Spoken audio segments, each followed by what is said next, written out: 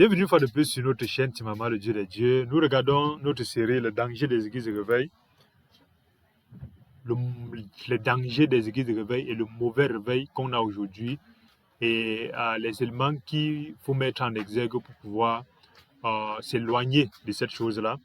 On a vu clairement que le réveil d'aujourd'hui, c'est un réveil qui est pire que les églises mortes.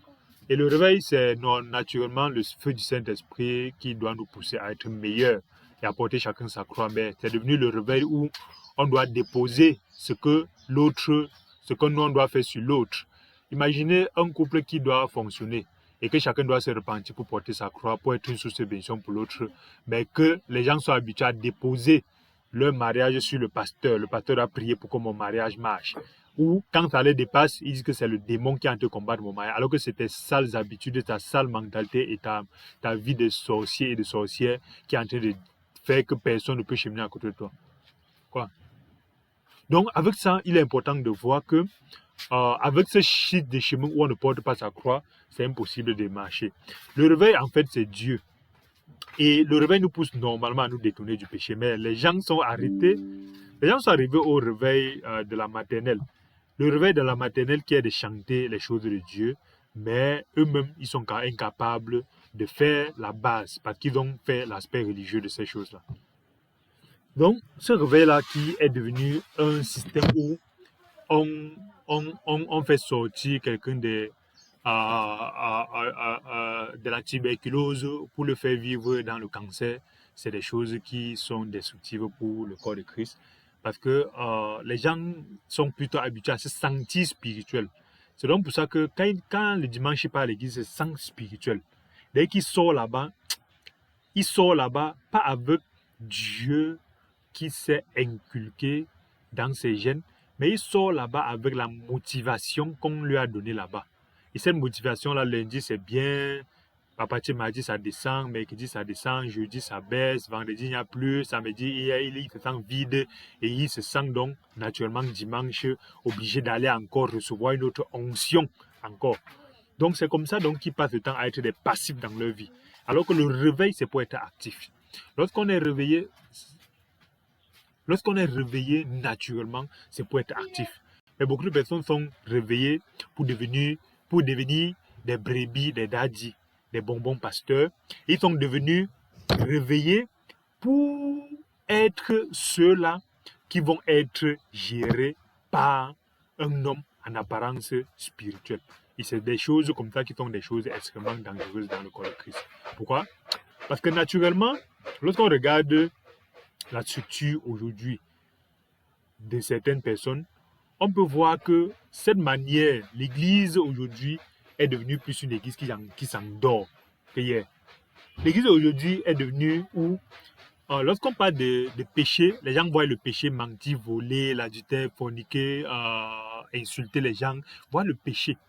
Les gens aujourd'hui dans le réveil ne comprennent plus le péché que si tu es en train de, comme j'ai pris l'exemple tout à l'heure, que le péché de la paresse de ne pas faire par exemple les abdos. Les gens ne voient pas ça comme le péché. Parce qu'ils vont dire que quoi, Paul, vous savez, ce qui est encore dangereux sur ces paralysés réveillés là, c'est qu'ils ont la latitude de tordre le sens des Écritures. Ils vont dire que Paul a dit que l'exercice ne sert à rien. L'exercice peut être à peu de choses.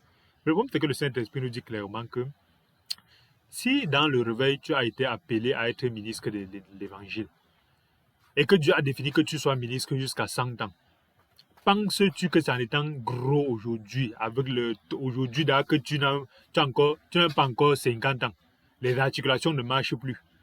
Pour te lever aujourd'hui, tu as besoin de la canne. Tu ne peux pas courir 200 mètres, 300 mètres. Tu ne peux pas te lever, tourner la tête bien comme ça, ainsi de suite. Tu penses que aujourd'hui, 50 ans moins, tu n'es pas capable de faire ça. C'est des 50 années-là que tu vas trop être efficace à l'œuvre de Dieu, là, c'est ça. Je les vois me dire que rien n'est impossible à Dieu. Dieu n'a pas dit que ça avait le miracle qu'il va. Dieu n'a pas dit que ça avait le miracle qu'il va te capaciter. Il capacite justement les gens selon l'activité qu'il leur va donner à faire. Donc, il est important de comprendre ça. Pourquoi? Parce que le péché aujourd'hui est devenu le péché des égards plutôt ce que l'autre fait de mal. C'est ça, l'heure du réveil, peut vous voir justement, le péché, c'est plutôt... Vous voyez, une chapelle regarde le péché dans l'autre chapelle. C'est très rare de voir une assemblée des réveils qui peut citer et lister les péchés dans elle et dans sa chapelle. Ça va? Qui peut lister et les péchés dans sa chapelle. C'est très rare de voir une assemblée qui est capable de lister les péchés dans son sein. C'est très rare de voir un homme de Dieu capable de lister les difficultés comme ses propres difficultés. Mais il est pour citer pour les frères, ne joue pas avec Dieu depuis, pour les frères, va jouer au stade. Si c'est pour citer pour les frères, si c'est pour citer pour les sœurs, pour les gens d'à côté, pour l'église voisine, pour les protestants, pour les catholiques, ils sont forts. Donc, le péché aujourd'hui du réveil n'est pas le même péché du païen ou les mêmes péchés des églises mortes. Le païen a son niveau de péché qui est facilement perceptible, frappant à l'œil. Les églises mortes ont leurs péchés qui sont les péchés doctrinaux qui ont des conséquences qu'on connaît tous. Si tu ne prêches pas la parole aux gens, c'est naturel qu'ils viennent à l'église dimanche, lundi, là, ils sont fait aussi. Si tu ne prêches pas le Saint-Esprit aux gens, c'est naturel qu'ils disent que Dieu, Dieu, Dieu. Et après, quand il y a un problème, ils commencent à dire qu'on m'a lancé sur le village. C'est naturel, ainsi de suite. Tout ça, c'est un niveau de péché. Mais dans l'église du réveil, le péché est encore plus subtil. Extrêmement plus subtil. Et nous devons apprendre à nous détourner du péché parce que ça pèse. Un être humain, je n'ai jamais compris comment des gens arrivent à parler du péché d'une autre personne avec une certaine passion. Moi, je ne sais pas, par ma part, me dépasse. Mes propres difficultés sont... Moi, c'est fatigant. Comment quelqu'un peut faire ça au point de trouver l'énergie pour parler pour l'autre? Pourquoi? Parce qu'on a spiritualisé le péché selon les systèmes dénominationnels et on ne voit maintenant que le péché des autres. Qui peut aujourd'hui dire qu'il est réveillé et qui peut dire que mes voix sont pures? Si tes voix sont pures, est-ce que tu as est-ce qu'on est capable de témoigner? Parce que lorsque les voix d'un homme sont pures, même ses ennemis à un moment donné reconnaissent en lui que celui-ci, non, ses voix sont pures. Parce que j'ai fait. Parce que beaucoup de personnes combattent Satan. Vous savez, j'ai fait le choix dernièrement de m'éloigner des systèmes qui déresponsabilisent lui-même pour mettre la responsabilité sur Satan. Satan est responsable que de sa part. Chacun est responsable de sa part. Satan n'est pas responsable de tout ce qui arrive à l'homme. En mettant l'autre jour le livre des psaumes, je m'en rends compte comment David était en train de pleurer. Seigneur, mes ennemis m'assaillent. Seigneur, je suis dans les tourments. Seigneur, mon âme est triste, mon âme est ceci. Mais aucun moment il a dit que c'est Satan qui avait fait ça. Il n'y a que dans le pentecôtisme à outrance du mauvais réveil qu'aujourd'hui, on prétend que la mauvaise vie que tu vis, tant sur ton corps, tant dans ta famille, tant dans ta mentalité, tant dans ton comportement, c'est Satan qui est venu te faire ça. La déresponsabilisation. Et c'est quelque chose d'extrêmement satanique qui tue le réveil. La déresponsabilisation. Imaginez une armée où tu parles là-bas avec des gens. Pendant qu'on fait la formation, les gens en train de se cacher. Et c'est Dieu qui va faire. Je jeûne, je prie. Pendant qu'on apprend la formation, comment déminer les bombes, comment tirer à l'arme, comment être sniper, comment utiliser le couteau, pendant que Dieu est en train de tuer et de te former. Et de former, parce qu'il est Yahweh Sabaoth, l'éternel des armées, pendant qu'il forme ses militaires pour les utiliser, le paresseux né de nouveau, en apparence mauvais réveillé, est en train de prier à l'église, faire les jeûnes, les dadis, les ceci, cela. Mon pasteur va faire, un homme va me délivrer. Au village, on m'a bloqué. Il faut qu'on me donne la délivrance et on me montre la clarté prophétique de mon avenir, et ainsi de suite. Pendant qu'il est en train de faire ça, jusqu'à ce que la difficulté arrive, ceux qui sont formés dans la difficulté arrivent donc à s'en sortir et toi tu ne t'en sors pas, tu dis que voilà la preuve que c'est au village qu'on m'a bloqué. C'est parce que tu étais paresseux quand Dieu formait. Et ces gens-là sont incapables de se repentir. Le mauvais réveil crée des gens qui sont incapables de se repentir. Des gens qui parlent bien quand tu suis leur... toutes les chaînes chrétiennes, que ce soit radio, télévision, toutes les chaînes WhatsApp, toutes les chaînes Telegram, toutes les plateformes aujourd'hui où on parle les choses de Dieu, tout est sucré. Vous pensez vraiment que si c'était le vrai réveil, le monde ne serait pas changé? Il y a 1000 fois plus de prédications, d'exhortations bibliques aujourd'hui qu'hier. Pourquoi le monde devient de plus en plus aussi satanique dans l'église? Parce qu'ils vont dire que c'est le monde, c'est naturel que le monde soit comme ça. C'est naturel qu'il y ait les guerres partout. Il ne faut pas que ça ne va pas changer, ça va devenir pire. On parle de dans l'église. Pourquoi dans l'église c'est autant catastrophique? Même les hommes de Dieu que tu suis, celui-ci qui est puissant, tu entends tous les scandales. Dans les églises, scandales. Dans les familles, scandales. Parce qu'on monte le mari contre la femme, on monte la femme contre, on passe par les enfants, tout ça.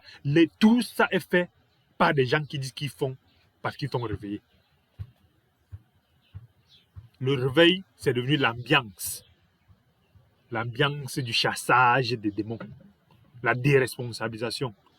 Quand tu les vois chauds à l'église est tunée, propre. Tu les vois comme ça, là, mignons, mais lundi, il faut les voir.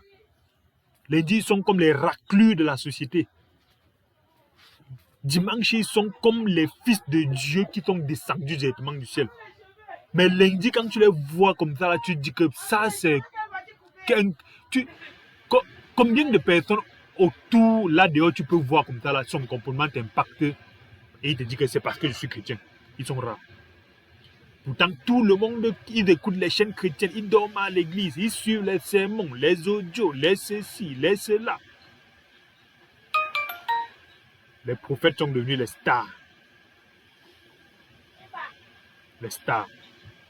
Les vedettes. On passe le temps dans la chorale, on chante. Quand tu les vois chanter à la chorale, tu peux donner, donc tu peux l'épouser. Quand tu la vois chanter à quoi, tu peux dire que non, c'est l'épouse une fois. Alors que ce sont des vipères. Tout ça à cause du mauvais réveil. Quand tu les vois prêcher, tu peux dire que waouh, l'homme de Dieu. Et quand tu regardes son comportement,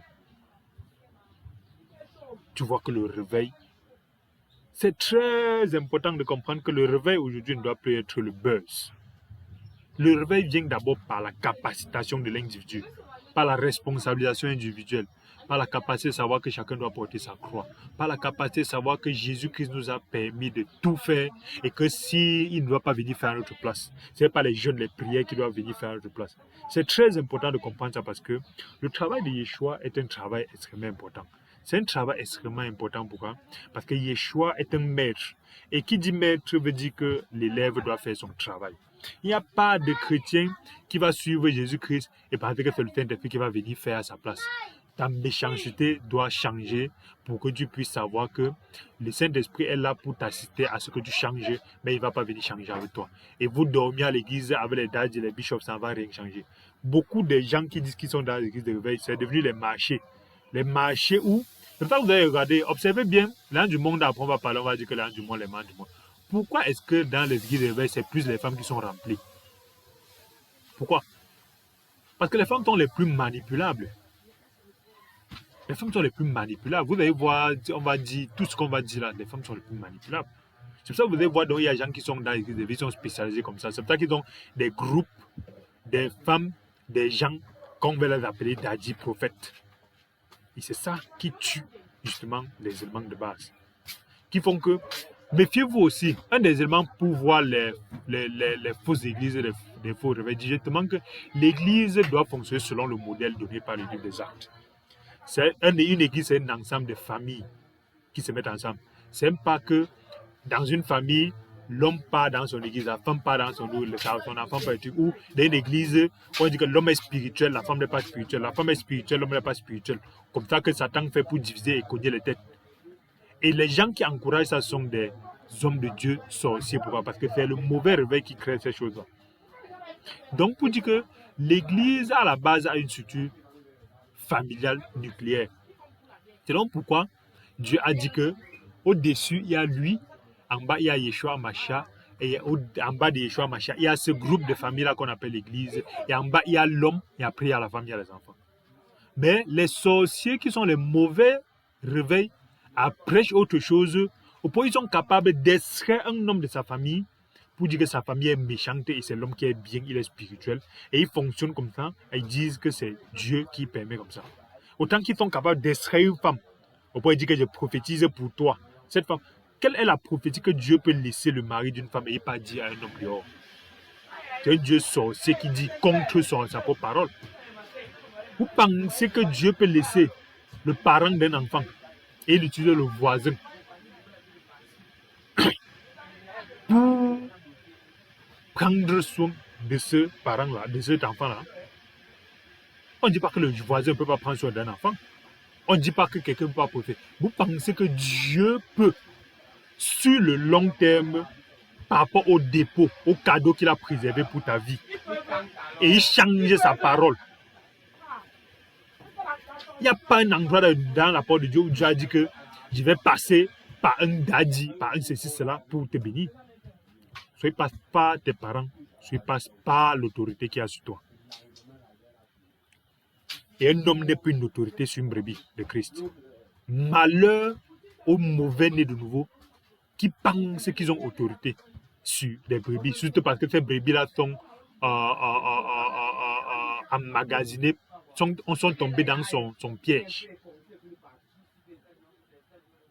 Ça devient de viens recevoir l'onction, viens recevoir la parole, viens recevoir la prophétie, viens recevoir l'eau bénite, viens recevoir, il appelle l'eau miraculeuse, viens recevoir quoi? Le dépôt, la prophétie, la vision, mon onction. Voilà la sorcellerie qu'on a aujourd'hui dans le corps de Christ. Mais après, c'est donne-moi ton argent, donne-moi ton temps, et ainsi de suite. C'est donc pour ça qu'après, on va les voir donc justement avec les femmes d'autrui, avec les hommes d'autrui, avec les enfants d'autrui dans les coins noirs. Pourquoi? Parce que justement, ils ont fait d'eux des zombies. Malheur à eux, parce qu'ils sont des mauvais, pas bergers, parce qu'il n'y a pas de bergers. Ce sont des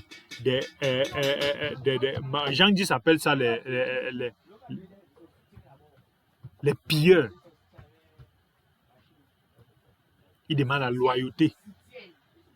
En tout cas, la nouvelle naissance où on déresponsabilise le chrétien, ce n'est pas une nouvelle naissance qu'on chemine avec Dieu. Et une nouvelle naissance dans laquelle tu ne développes pas une vraie relation avec Dieu. Ta relation avec Dieu dépend de ton église, de ton daddy, de ton ceci, cela. Ça veut dire qu'il y a beaucoup de gens qui disent qu'ils sont nés de nouveau. S'ils partent quelque part où il n'y a pas leur frère, leur pasteur, leur daddy, leur ceci, cela, il n'y a pas leur assemblée, après 2 ans, quand tu vas venir, tu vas voir, il a régressé. Après, on va dire qu'ils ont un nom là. Il a régressé. On dit qu'ils ont fait quoi? On dit que il y a un nom là qu'ils ont donné aux gens qu'ils étaient avec eux, après ils sont plus avec eux, ils disent que c'est l'équivalent de régresser, ou c'est quoi, tu as fait quoi? Cette nouvelle naissance où on brille le dimanche, on chante, on pleure, on implore Dieu, mais on rentre à la maison, on est une sorcière, on est un sorcier. Des bandits, des menteurs et des menteuses. Mais que dimanche, on est devant Dieu en train de dire qu'on est en train de servir Dieu. Se servir en utilisant Dieu est différent de servir Dieu. Le réveil est différent de la consommation religieuse. Le réveil est différent de la cigarette. Le réveil qui est la cigarette. Dès que tu ne te sens pas bien, tu peux fumer un verset. Tu peux fumer un jeûne. Tu peux fumer un chasser les démons. Tu deviens le client des dons. C'est pour ça donc que Dieu a permis, comme le dit Thessaloniciens, quand vous n'avez pas voulu recevoir le salut de votre âme pour être individuellement utilisé par Dieu, Dieu les a envoyé une puissance d'égarement pour les faire croire à la fausseté. Où on arrive à leur dire, ce que tu fais là, tu peux mépriser Dieu, mépriser l'autorité qui est au-dessus de toi, ça va marcher parce que je vais prier pour ça. je vais déclarer sur ça, je vais fermer les portes sur ça. Et c'est pour ça que quand ça coince, ils deviennent Daddy, il faut prier, il faut jeûner, il faut ceci. On dit que va chercher l'huile d'onction où tu viens avec ceci ou cela, ainsi de suite. C'est des choses comme ça que si on se retrouve dans les délivrer chaque semaine. Vous voyez, c'est la nouvelle naissance qui crée des chrétiens possédés. Un né de nouveau, voilà mon petit chaton. Un né de nouveau ne peut pas être possédé. Mais vous voyez les nouveaux chrétiens, les chrétiens nés de nouveau. C'est ça que dernièrement je suis allé dans une de ces assemblées-là. Quelqu'un avec qui on chemine, on dit qu'on est né de nouveau. On la délivre jusqu'à qu'elle tombe. Elle cale comme ça. Après que lui a demandé, ce qu'on a fait là, c'était quoi? Je ne sais pas. Vous savez, c'est très important ces choses-là. Tu peux marcher avec les gens, vous pensez que vous connaissez, mais vous ne connaissez pas.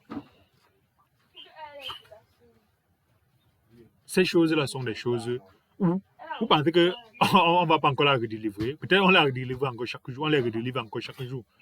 Les gens qui disent qu'ils ont des nouveaux, on délivre chaque jour.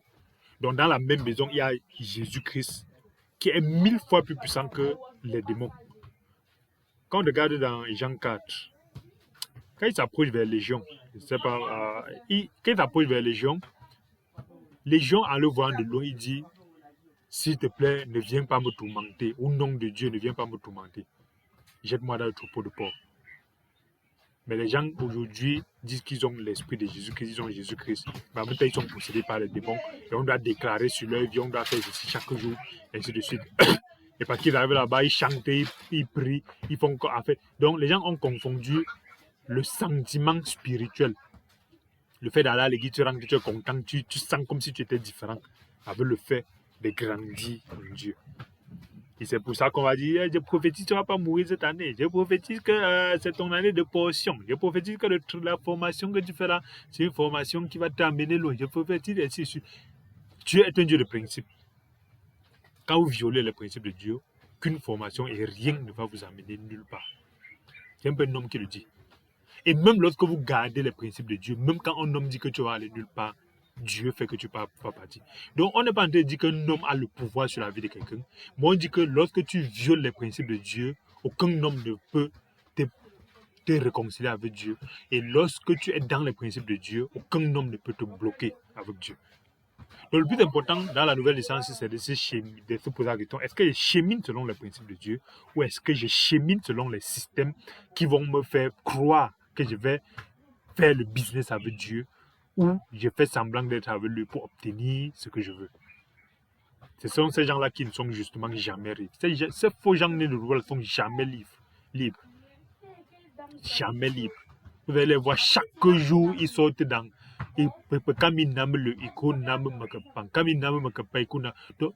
sortent des champs de Macabo, ils entrent des champs d'Ignam. Ils sortent des champs d'Ignam, ils entrent. Ils quittent de ces chapelles, ils partent dans l'autre. Ils quittent de l'autre, ils partent dans l'autre. Ils quittent de l'autre. Aujourd'hui, ils sont quittés du modèle, ils sont dans les semi-modèles, semi-pentecôtiens. Après semi-pentecôtiens, après ils vont rentrer dans ceci, après ils vont rentrer au catholique, après ils vont rentrer dans ces, après ils vont rentrer un peu à la maison, après ils vont. Tous ces gens-là, pourquoi? Parce que la nouvelle naissance, dès le début, était une nouvelle naissance fautée. Jésus a dit très clairement, dans Jean 8, vous connaîtrez la vérité vous affranchira. Il a dit ça à qui? Il a dit ça aux gens qui étaient des pharisiens, qui maîtrisaient la parole, qui parlaient de Dieu, qui servaient Dieu, qui respectaient les commandements de Dieu. Donc aujourd'hui, tu ne peux pas respecter les commandements de Dieu plus que les pharisiens. Tu ne peux pas respecter les commandements de Dieu plus que les pharisiens et les sadducéens. Mais Jésus leur a dit, tu connaîtras la vérité t'affranchira. Donc un chrétien qui dit qu'il est né de nouveau, mais qui n'est pas libre, qui n'est pas affranchi des systèmes, des dénominations, des hommes de Dieu, des femmes de Dieu, des délivrances éternelles, des blocages éternels, de cette année, mon année, un chrétien qui n'est pas libre de ça, c'est un chrétien très problématique. Être délivré des églises mortes pour entrer dans la captivité des hommes de Dieu, c'est ça la sorcellerie. C'est extrêmement important de comprendre ça. Le réveil n'est pas une captivité. Le réveil n'est pas le nanisme chrétien. Le réveil n'est pas le nanisme après 10 ans, les gens sont au même endroit. Ils ont changé d'habit, ils ont changé d'habillement, ils ont changé de coiffure, mais mentalement, émotionnellement, spirituellement, ils ont me incapable de s'en sortir sans leur daddy, incapable de s'en sortir sans la prophétie de leur daddy, incapable de parler d'eux-mêmes, incapable de dire voilà comment je témoigne, comment Dieu a été avec moi jusqu'à maintenant. Donc les équipes de réveil sont devenues les prisons aujourd'hui, où les gens ne grandissent pas. Pire encore, je ne vois pas, quand tu sors de chez les catholiques, chez les protestants, on ne te combat pas, on ne te chasse pas. On ne sort pas les versets bibliques pour te dire que tu es perdu, tu vois, c'est ça. Mais c'est dans les églises que quand tu sors aujourd'hui, tu es le plus combattu, le plus poignardé par des gens qui hier disaient qu'ils sont tes frères. Pourquoi? Parce qu'aujourd'hui, pour voir le satanisme dans les églises de réveil, les faux réveils, pose les questions. Dès que tu commences à poser les questions, tu deviens très suspect. Or, quand quelqu'un est en train de bien se réveiller, il pose beaucoup de questions. Même si tu as l'école du dimanche, quand un enfant pose beaucoup de questions, tu connais que l'enfant c'est en train de comprendre la parole. Mais dans les éveils, plus tu poses les questions, plus tu demandes à quelqu'un que pourquoi telle personne dit qu'il délivre la vie des gens alors que lui-même sa propre vie n'est pas délivrée. On va dire que on va commencer à chercher un verset biblique qu'on va te donner. Quelqu'un dit qu'il a arrangé mariage alors que ton propre mariage n'est pas stable. On va dire que tu es devenu bizarre. Quelqu'un dit qu'il délivre les gens. Moi, on dit que mais hier tu as délivré alors de quoi? Avant que tu as délivré de quoi? Ils vont commencer à dire que tu es possédé. C'est ce système-là qui fait que plus tu es réveillé, plus tu deviens un ennemi pour ces gens-là. Parce que quand tu es réveillé, tu discernes la manipulation. Quelqu'un qui est réveillé est capable de voir un manipulateur de loin. Quelqu'un qui est réveillé est capable de fouiller au-dessous des prophéties, au-dessous des onctions, au-dessous de la bonne bouche, au-dessous de l'apparence spirituelle pour voir la manipulation. C'est ça le réveil. Le réveil permet de voir ce qui ne frappe pas l'œil. Et le réveillé est capable d'entendre Dieu. Le réveillé est capable de te dire que Dieu m'a dit que. Les mauvais réveillés ne vont jamais te dire ça. C'est le Dieu de papa. C'est le Dieu de tel frère. C'est le Dieu de tel prophète. C'est pour l'onction de tel prophète. Donc c'est toujours l'autre. Quelqu'un qui est vraiment réveillé commence à te dire Dieu m'a dit que. Et il te donne le témoignage. Pas le témoignage du daddy, pas le témoignage pour plaire à l'assemblée. C'est très important de voir ces éléments-là. Pourquoi? Parce que lorsque tu es chrétien plus pour honorer un homme que pour honorer l'autorité qui est sur toi ou Jésus-Christ, ça c'est du mauvais réveil. C'est ce que, quand tu te lèves donc contre ce système, on dit que tu es devenu rebelle. Ils vont dire que tu es possédé. Ils vont dire que tu as un autre esprit. Parce que tu vois là, dès que tu détectes leur manipulation, tu deviens autre chose. Parce que ces gens-là, quand tu poses des questions, ils vont te dire que tu as quitté le cœur du serviteur. Tu as quitté le cœur de Dieu. Tu as quitté la position de fils. Et que tu es en train de combattre le Père. Et que tu n'es plus un fils ou une fille. Que ton cœur est devenu grand. Lorsque tu commences à poser les questions et à déceler les manipulations. En tout cas, faisons attention. Pourquoi? Parce que ces éléments-là sont extrêmement démoniaques. Extrêmement démoniaques. Le vrai réveil, en fait, c'est chaque personne qui porte sa croix et qui suit Dieu. Le vrai réveil, c'est chaque personne qui devient responsable de sa propre vie. C'est chaque personne qui devient responsable de son ministère, de son don. C'est chaque personne qui devient un outil actif. Le vrai réveil, c'est chacun qui devient une source d'activité. Et le vrai réveil, c'est chacun devient autonome et indépendant d'un système, mais tous interdépendants les uns les autres. Le vrai réveil, c'est un milieu où il y a le vrai réveil. Chacun est autonome, mais chacun est dépendant les uns des autres. Pas que tu dépends seulement du daddy, du pasteur, de celui qui t'arrange, de celui que tu aimes, celui qui chante avec toi à l'église, celui qui prie avec toi. Le réveil dans lequel quelqu'un peut être dans une famille, il laisse son mari, il part dans une chapelle, il laisse sa femme, il part dans une chapelle, ainsi de suite. Tout ça, c'est du réveil satanique. Parce que le vrai réveil ne gère pas la fracture. Le vrai réveil, même lorsque tu as raison, tu sais comment trouver la conciliation pour interagir avec l'autre. Le vrai réveil n'entre pas dans la dépendance émotionnelle. Je vis selon le cœur du daddy, du bishop, du frère. S'il dit telle chose, ça m'affecte. S'il ne dit pas, ça m'affecte. S'il dit ceci, ça m'affecte, ainsi de suite. Et le vrai réveillé travaille. Parce que pour impacter le corps de Christ, il faut être un travailleur. Le vrai réveil guérit les blessures de l'âme. Le vrai réveil prône l'unité dans l'amour. Et le vrai réveil prend soin de la veuve et l'orphelin. Toi, tu es là, tu as faim, tu n'avais pas à manger, tu vas prendre soin de la veuve et l'orphelin comment? Voilà les choses qui sont extrêmement importantes pour déceler le faux réveil et le vrai réveil. Mais nous allons encore revenir dans la troisième partie pour voir les dangers africains du réveil. En Afrique, le réveil est devenu très dangereux. Merci d'avoir écouté cette partie. Merci de partager. Si cette vidéo vous a béni, n'oubliez pas de vous abonner et de cliquer sur la cloche de notification. Et à bientôt.